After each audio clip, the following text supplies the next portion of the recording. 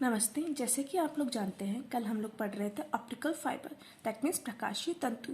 तो आज हम लोग उसी को आगे कंटिन्यू करेंगे। आज हम लोग पढ़ेंगे कि जो ऑप्टिकल फाइबर्स होते हैं हमारे, उसके अंदर से लाइट का प्रोपिगेशन कैसे होता है, that means propagation of light through an optical fibre, that means प्रकाशीय तंतु द्वारा प्रकाश का संचरण। तो देखिए, ये हमारी एक प्रकाशीय तंतु है, मतलब ऑप्टिकल फाइबर है हमारी, उसकी कोर है। दूसरी हमारा जो है वो क्लेडिंग है। उसके बाद में हमारी क्या होती थी, बफर सरफेस आती थी, राइट। तो ये वाली जो हमारी लाइट होती है हमारे किस में ट्रेवल करती है, कोर के अंदर। तो मैंने आप लोगों को पहले बताया था कि इसका जो प्रिंसिपल होता है, दैट मीन सिद्धांत होता है, वो होता है टोटल इंटरनल रिफ्लेक्शन, पूर्ण आंतरिक परावर्तन। तो इसके अंदर क्या होगा, देखिए ये एक रे आई हमारी, वो इधर से इधर ट्रैवल करेगी, मतलब इधर गई, फिर उसके बाद में यहाँ पर इसका पूर्ण आंतरिक परावर्तन की वजह से ये यहाँ से इधर से रिफ्लेक्ट हो गई, फिर यहाँ से भी वापस क्या होगी, वो रिफ्लेक्ट हो जाएगी। इस तरीके से वो इस एक पॉइंट से दूसरे पॉइंट तक लाइट ट्रैवल करती है ऑप्टिकल फाइबर के अंदर। तो जैसे कि आप लोग देख सकते हैं, क्योंकि इसके अंदर हमारा क्या होगा, total internal reflection, that means यहाँ पर क्या होगा, हमारा एनर्जी लॉस बिल्कुल नहीं होगा, दैट मीन्स ऊर्जा का क्षय बिल्कुल कम होगा। और क्योंकि ऊर्जा का क्षय इसको ये बहुत कम होता है, इसलिए हम लोग क्या करते हैं, इसको यूज़ करते हैं ट्रांसमिशन ऑफ ऑप्टिकल वेव्स को ट्रांसमिट करने के लिए। मतलब एक जगह से बहुत दूर कहीं पे हम लोग को भेजना है, तो हम लोग क्या करते हैं, ऑप्टिकल फाइबर्स का यूज़ करते हैं, क्योंकि इससे क्या होगा, हमारा एनर्जी लॉस बहुत ही कम होगा। इसलिए हम लोग इन्हें बोलते हैं ऑप्टिकल गाइड, दैट मीन्स प्रकाश मार्गदर्शक। तो अब हम लोग देखते हैं कि टोटल इंटरनल रिफ्लेक्शन क्या होता है, क्योंकि मैंने बोला कि ये टोटल इंटरनल रिफ्लेक्शन पे ही वर्क करता है। तो देखिए, यदि हमारा उसके अंदर हम लोग क्या करें, रिफ्लेक्शन के लिए दो अलग अलग मीडियम्स होंगे, राइट। तो देखिए, जो हमारा मीडियम है जिसका रिफ्रैक्टिव इंडेक्स लो है, दैट मीन्स कम अपवर्तनांक वाला जो माध्यम है, उसको तो हम लोग बोलेंगे optically rare medium, that means प्रकाशीय विरल माध्यम। और जिसका रिफ्रैक्टिव इंडेक्स हाई होगा, दैट मीन्स ज़्यादा अपवर्तनांक वाला जो माध्यम होगा, उसको हम लोग बोलते हैं optically denser medium, that means प्रकाशीय सघन माध्यम। तो जब लाइट सघन माध्यम से विरल माध्यम में जा रही है, क्योंकि देखिए ये कांच है हमारा, ये दूसरा हवा है। कांच हमारा क्या होगा, सघन माध्यम होगा, दैट मीन्स डेंसर मीडियम होगा। हवा क्या होगी हमारा, रेयर मीडियम, दैट मीन्स विरल माध्यम। तो जब ये जो लाइट की रे है हमारी, वो सघन माध्यम से विरल माध्यम में जा रही है, तो ये हमारा तो हो जाएगा थीटा एंगल ऑफ इंसिडेंस, और थीटा आर क्या हो जाएगा, एंगल ऑफ रिफ्रैक्शन। तो हमारा स्नेल का नियम जो होता है, स्नेल्स, तो वो क्या बोलता है, sine theta upon sine theta R equals to n2 upon n1 के इक्वल। अब हम लोगों को देखिए, यहाँ पर देख सकते हैं कि n2 जो होगा हमारा, वो कम होगा n1 से। n2 लेस देन n1 वाली कंडीशन में यदि थीटा आर जो है हमारा, वो 90 के इक्वल, 90 डिग्री के इक्वल हो जाए, तो हमारे पास क्या होगा, साइन थीटा ई किसके इक्वल होगा, साइन थीटा सी, जो कि n2 अपॉन n1 के इक्वल। तो देखिए, जो थीटा सी है हमारा, उसका हम लोग बोलते हैं क्रिटिकल एंगल, दैट मीन्स क्रांतिक कोण। क्योंकि ये वाला, इसको क्रांतिक कोण क्यों बोलते हैं, क्योंकि देखिए इस टाइम पे जब थीटा हमारा जब 90 डिग्री हो जाएगा, उस टाइम पे हमारा जो एंगल ऑफ इंसिडेंस होगा, वो होता है हमारा क्रिटिकल एंगल।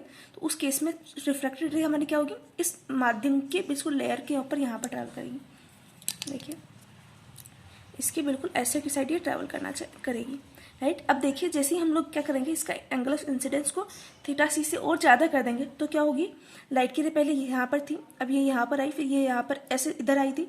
अब जब थीटा सी से ज़्यादा कर देंगे एंगल ऑफ इंसिडेंस, तो लाइट की रे जो होगी हमारी अंदर की साइड वापस परावर्तित हो जाएगी, राइट। तो इसलिए हमारे पास तीन केसेस आ गए। एक तो होगा theta E less than theta C, that means angle of incidence जब क्रिटिकल एंगल से कम हो, उस टाइम तो क्या होगा, किरणें जो होगी वो रेयर मीडियम, दैट मीन्स विरल माध्यम के अंदर परावर्तित हो जाएगी, दैट मीन्स रिफ्रैक्ट हो जाएगी, परावर्तित हो जाएगी, दैट मीन्स रिफ्रैक्ट हो जाएगी। देखिए, दूसरे वाली हमारी कंडीशन होगी जब थीटा ई होगा इक्वल टू थीटा सी, उस टाइम पे क्या होगी, किरणें सघन विकिरण माध्यम की जो परिसीमा होगी, डेंसर रेयर मीडियम की जो इंटरफेस होगी, उसकी ओर से चली जाएगी। थर्ड होगा हमारा theta E greater than theta सी, उस केस में हमारा क्या होगा, एंगल जो लाइट रेज है वो वापस सघन माध्यम में परावर्तित हो जाएगी, दैट मीन्स डेंसर मीडियम के अंदर वापस से रिफ्लेक्ट हो जाएगी, जो कि हम कैसे होगा, थीटा ई ग्रेटर देन थीटा सी के लिए, राइट। तो इसलिए हम लोग theta E greater than theta सी को क्या बोलते हैं, टोटल इंटरनल रिफ्लेक्शन की कंडीशन, दैट मीन्स पूर्ण आंतरिक परावर्तन की कंडीशन होती है theta E greater than theta C. अब हम लोग देखते हैं critical angle of propagation, that means संचरण का क्रांतिक कोण। तो देखिए, रिफ्रैक्टिव इंडेक्स ऑफ कोर है, उसको तो हम लोगों ने n1 बोल दिया, कोर का जो अपवर्तनांक उसको हम लोगों ने n1 बोल दिया, क्लैडिंग का जो अपवर्तनांक है, मतलब रिफ्रैक्टिव इंडेक्स ऑफ क्लैडिंग, उसको हम लोगों ने n2 बोल दिया। और जो हमारा माध्यम है जिसके अंदर हमारा पूरा फाइबर रखा हुआ है, पूरा का पूरा, उसको हम लोगों ने बोल दिया n0। तो देखिए, जैसे कि आप लोगों को पता होगा कि n1 और n2 है हमारे हमेशा ज़्यादा होनी चाहिए n0 से, और हम लोग को क्या चाहिए, n2 जो होगा वो कम होना चाहिए n1 से, राइट। तभी तो हमारा टोटल इंटरनल रिफ्लेक्शन होगा। तो ये वाली हमारा वही बन गया कोर वगैरह। तो देखिए ये जो रे है हमारी वो यहाँ से गई, थीटा नॉट एंगल था, यहाँ से इधर से रिफ्रैक्ट हुई, तो रिफ्रैक्शन का एंगल होगा हमारे पास थीटा आर।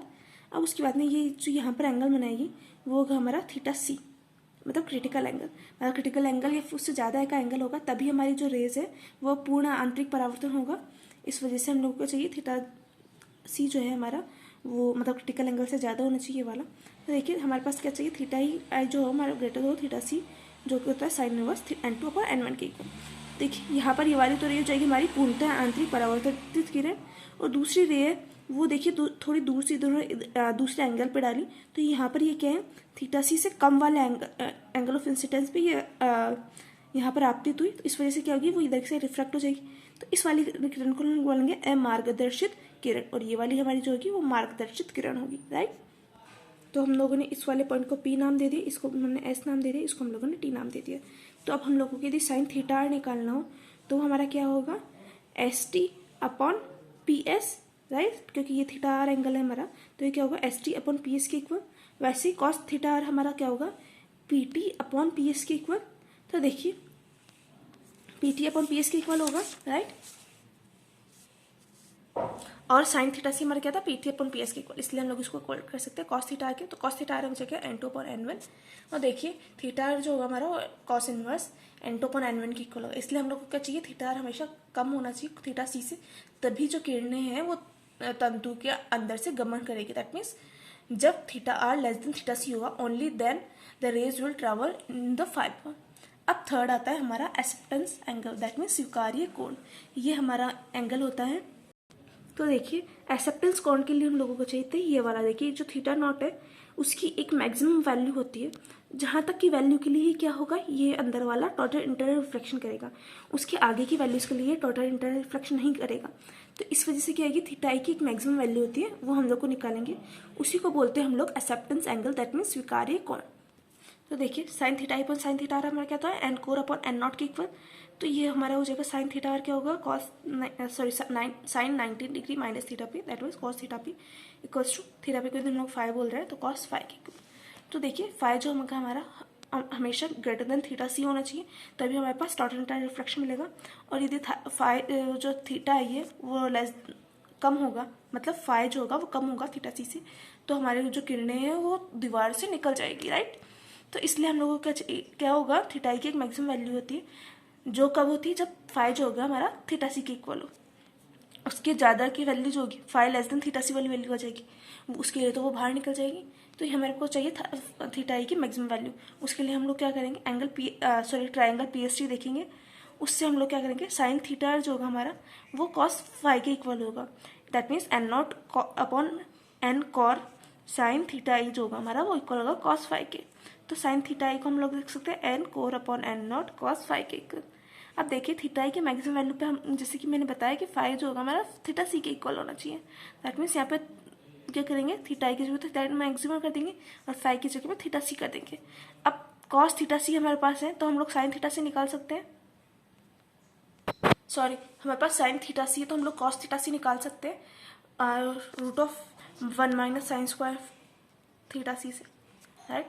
तो हम लोग क्या करेंगे, कॉस थीटा सी निकाल लेंगे, कॉस थीटा सी निकाला हम लोगों ने, फिर वो ये वाली वैल्यू हम लोगों ने जो पहले निकाला था फॉर्मूला उसके अंदर पुट कर देंगे, जो कि sine theta I maximum equals to n core upon n0 cos theta C. अब कॉस थीटा सी की वैल्यू हम लोगों ने जो निकाली वो रख देंगे यहाँ पे, तो उससे हमारे पास क्या आएगा, साइन थीटा आई मैक्सिमम जो होगा वो √n कोस का स्क्वायर माइनस n क्लेट का स्क्वायर अपॉन n0 के इक्वल होगा। अब देखिए यदि n0 हमारा है वो इक्वल टू 1 है एयर के लिए, तो हमारे पास साइन थीटा नॉट की वैल्यू क्या आ जाएगी, इसके इक्वल। तो देखिए थीटा नॉट क्या होता है, वो मैक्सिमम थीटा आई की वैल्यू होती है, जो कि एक्सेप्टेंस एंगल होता है। तो मतलब थीटा नॉट हमारे पास हो जाएगा साइन इनवर्स √n कोर का स्क्वायर माइनस n क्लेट का स्क्वायर। अब इसको हम लोग बोलते हैं एक्सेप्टेंस एंगल, दैट मीन्स स्वीकार्य कोण। अब देखिए इसी को जब हम लोग 3D में देखेंगे तो हम लोग के पास क्या आएगा, एक कोण टाइप का बनेगा, जिसका जो एंगल होगा 2 थीटा नॉट के इक्वल होगा, दैट मीन्स एक शंकु होगा, उसको हम लोग बोलते हैं एक्सेप्टेंस कोण, दैट मीन्स स्वीकार्य शंकु। अब हम लोग देखते हैं नेसेसिटी ऑफ क्लैडिंग। हम लोग अभी तक पढ़ चुके हैं कि प्रोपिगेशन ऑफ लाइट के लिए हम लोग क्या क्या चाहता है, वो वाली सारी कंडीशंस हम लोग पढ़ चुके हैं। अब हम लोग देखते हैं नेसेसिटी ऑफ क्लैडिंग, मतलब क्लैडिंग की आवश्यकता। तो देखिए सबसे पहली चीज़, हमारा जो फाइबर होता है अंदर वाला, उसकी हमारी शेप हमेशा नियत रहनी चाहिए, मतलब शेप कांस्टेंट रहनी चाहिए, तभी तो हमारा होगा कि सेम एंगल पे हमेशा वो गिरेगी, राइट। सेम एंगल पे इधर की साइड से जितने एंगल पे गिरी थी इतने ही एंगल से इधर की साइड गिरेगी। इससे क्या होगा, हमारा हमेशा टोटल इंटर रिफ्लेक्शन होगा। इसका हेल्प करती है क्लैडिंग जो होती है हमारी, क्लैडिंग हम लगाते हैं, उससे हम लोगों का ये जो होती है फाइबर की शेप वो नियत रहती है। दूसरी चीज़, कोर के प्रकाश ये क्षय को कम करना, दैट मीन्स जो ऑप्टिकल वो होता है आपका एनर्जी लीकेज, उसको सबसे कम करने के लिए, क्योंकि देखिए यदि यहाँ पर हमारे ये क्लैडिंग लगी हुई होगी तो क्लैडिंग ऐसे लगने से क्या होगा, उसका रिफ्लेक्टेंस इधर का कम है इधर का ज़्यादा है, that means total inter reflection पक्का से होगा। इस वजह से क्या करेगी, प्रकाशीय क्षय को बहुत कम रखेगी। थर्ड चीज़ होती है हमारी विलोपित किरणों और फ्रस्ट्रेटेड टोटल इंटर रिफ्लेक्शन की वजह से जो किरणें आती हैं उनका की वजह से ऊर्जा के क्षय को रोकने के लिए। दैट मीन्स देखिए हमारे पास क्या होगा, ये फाइबर है, अब हम लोग क्या करते हैं, फाइबर को बहुत बड़ा सारा होता है तो उसको यदि एक साथ ऐसे घुमा के रख देते हैं सारे के सारे को, तो ऐसा हो सकता है कि इस वाले फाइबर का इस वाले फाइबर में जो इन्फॉर्मेशन जा रही है उन दोनों के बीच में इन केस कोई अध्यारोपण हो, उसकी वजह से क्या आता है हमारे पास फ्रस्ट्रेटेड टोटल इंटर रिफ्लेक्शन। इसी को रोकने के लिए क्या करते हैं हम लोग, एक क्लैडिंग लगा देते हैं, उससे क्या होगी, इसकी वाली जो इन्फॉर्मेशन है उसमें नहीं होगी, दैट मीन्स अध्यारोपण को, दैट इंटरफेरेंस को वो रोकेगी। इसकी वजह से ऊर्जा में कोई भी लीकेज नहीं होगा। और ये स्वीकार्य शंकु को कम करना, दैट मीन्स एक्सेप्टेंस कोण है उसका भी एंगल को कम करना, क्योंकि देखिए यदि ज़्यादा एक्सेप्टेंस कोण हुआ हमारा, दैट मीन्स वो क्या होगी, बहुत अलग अलग एंगल वाली जो होगी सबको करेगी, तो वहाँ पे अंदर इंटरफेरेंस पैटर्न बहुत ही अलग अलग सा बन जाएगा और बहुत रैंडम सा हो जाएगा।